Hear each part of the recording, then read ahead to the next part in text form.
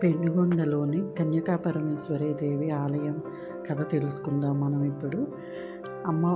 అమ్మవారి కన్యకా పరమేశ్వరి అమ్మవారి వాళ్ళ అమ్మా నాన్నకి ఆమె పుత్రకామిష్టి యాగం చేశాక యజ్ఞపురుషుడు వచ్చి పాయసం గిన్నె ఇస్తాడు. అప్పుడు అమ్మవారు జన్మించింది.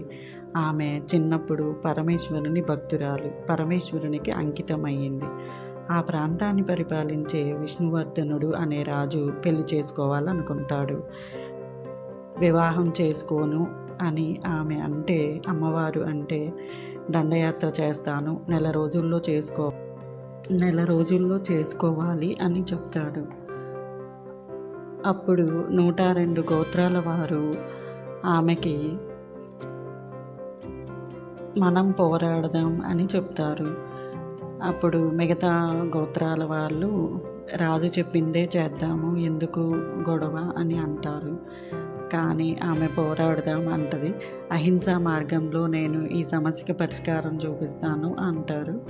అప్పుడు ఆమె మాఘశుద్ధ తదియ రోజు ఆత్మార్పణం అగ్నికి ఆహుతైపోతుంది. ఇలా 102 గోత్రాల వాళ్ళు కూడా ఇంటికొకళ్ళు ఆత్మార్పణం చేసుకుంటారు. అందుకని 102 నామాలు జపిస్తారు. ఈ కన్యకా పరమేశ్వరి టెంపుల్ ఆంధ్రప్రదేశ్లోని పెనుగొండలో ఉంది.